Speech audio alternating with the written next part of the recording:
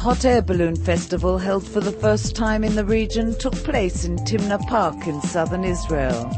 The balloons were operated by 14 amateur and professional teams from all over the world. Israel, who hosted the festival, had one team participating in the event.